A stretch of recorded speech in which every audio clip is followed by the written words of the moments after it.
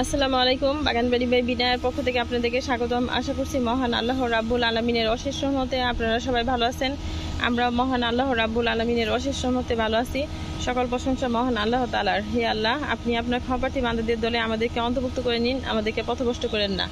আজ আমি আপনাদের সাথে শেয়ার করব আমরা আমাদের ছাদ বাগানের জন্য যে ড্রামগুলো কিনে আনছি, এই ড্রামগুলো কতটুকু কি পরিমাণ ফাঁকা রেখে ফুটা করা হয়েছে এবং ড্রামগুলো কিভাবে প্রসেস করছি ছাদ বাগানের জন্য, সেটাই আজকে আমি আপনাদের সাথে শেয়ার করব।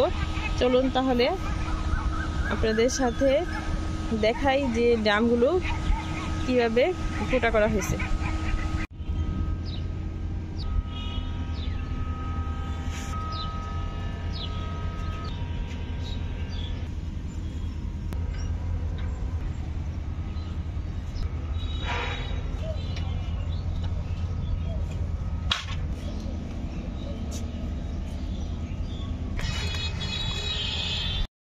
আমি এখানে এই ড্রামটার মধ্যে কিছু মাটি, গোবর এবং শুকনো পাতা দিয়ে 15 দিন পচিয়ে রাখছিলাম। এখন এটার মধ্যে আমি লাউয়ের চারা লাগিয়ে দিব। বিসমিল্লাহির রহমানির রহিম।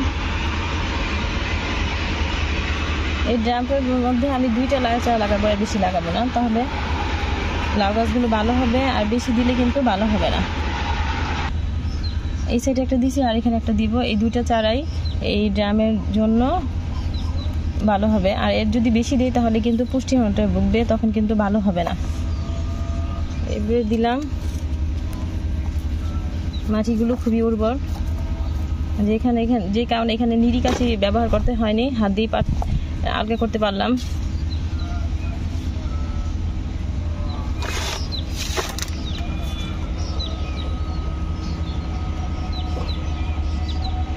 আমাদের ছাদ বাগানের জন্য যে ড্রামগুলো কিনে আনা হয়েছিল, সেই ড্রামগুলো লোকের মাধ্যমে কেটে 2 ভাগ করে তারপরে নিচ দিয়ে ফোটা করা হয়ে গেছে। কিভাবে ফোটা করা হয়েছে, এবার কিন্তু একটু অন্য প্রসেসে ফোটা করা হয়েছে। কিভাবে করা হয়েছে সেটাই আজকে আমি আপনাদের সাথে শেয়ার করতেছি। প্রথম যে ড্রামগুলো কেনা হয়েছিল সেগুলো কিন্তু ফোটাগুলো করা হয়েছিল নিচ দিয়ে, এটা নিচ দিয়ে ফোটা করা হয়েছিল।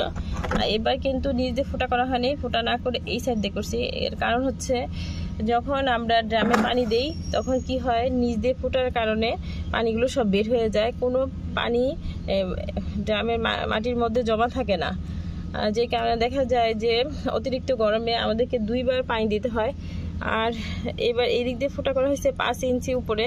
এই কারণে ফোটা করা হয়েছে, উপর থেকে যখন মাটিগুলো দেওয়া হবে তখন এতটুকু আসার পর পানিগুলো বের হয়ে যাবে, আর নিচের যে মাটিগুলো আছে সেই পানিগুলো থাকবে।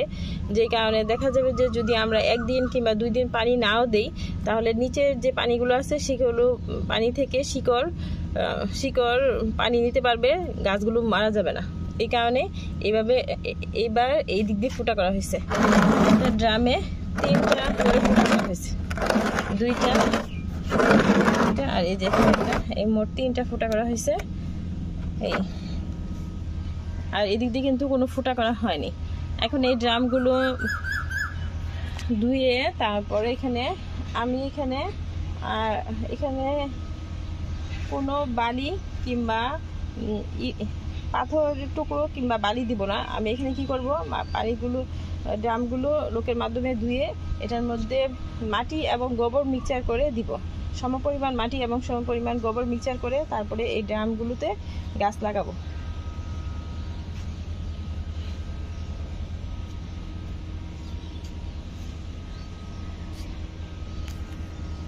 রোদের তাপে ড্রামগুলো বাঁকা হয়ে যাচ্ছে, এগুলোকে খুব তাড়াতাড়ি ধুয়ে মাটি এবং গোবর মিশিয়ে দিতে হবে। এখানে আমি 6 ইঞ্চি ফাঁকা রেখে বাকিটুকু মাটি এবং গোবর মিশিয়ে দিয়ে দিব, তা না হলে ড্রামগুলো নষ্ট হয়ে যায়। আর বেশি ফাঁকা রাখলে ড্রামগুলো নষ্ট হয়ে যায়, ড্রামগুলোর মধ্যে সূর্যের তাপ পড়ে ড্রামগুলো বাঁকা হয়ে যায়। আর বেশি পরিমাণ মাটি এবং গোবর মিশিয়ে দিলে তখন ড্রামগুলো ভালো থাকে আর গাছেরও ভালো হয়।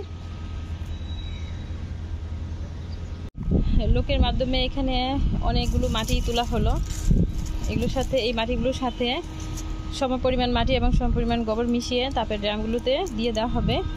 এগুলো লোকের মাধ্যমে করা হবে, কারণ এত বড় কাজ নিজেরা করা সম্ভব না। আর ড্রামগুলো ইতিমধ্যে পরিষ্কার করা হয়ে গেছে,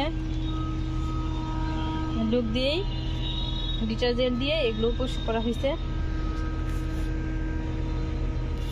এখন মাটি আর গোবর মিশিয়ে এগুলোর মধ্যে দিয়ে তারপরে গাছ লাগানো 15 থেকে 20 দিন রেখে দিব, তারপরে গাছ লাগিয়ে দিব। এই পর্যন্তই, আপনারা সবাই ভালো থাকেন। আর আপুর চ্যানেলটিকে যদি ভালো লাগে তাহলে লাইক, কমেন্ট এবং শেয়ার করবেন। আর প্লিজ সাবস্ক্রাইব করে আপুর ছোট্ট পরিবারের পাশেই থাকবেন। আসসালামু আলাইকুম, আল্লাহ হাফেজ।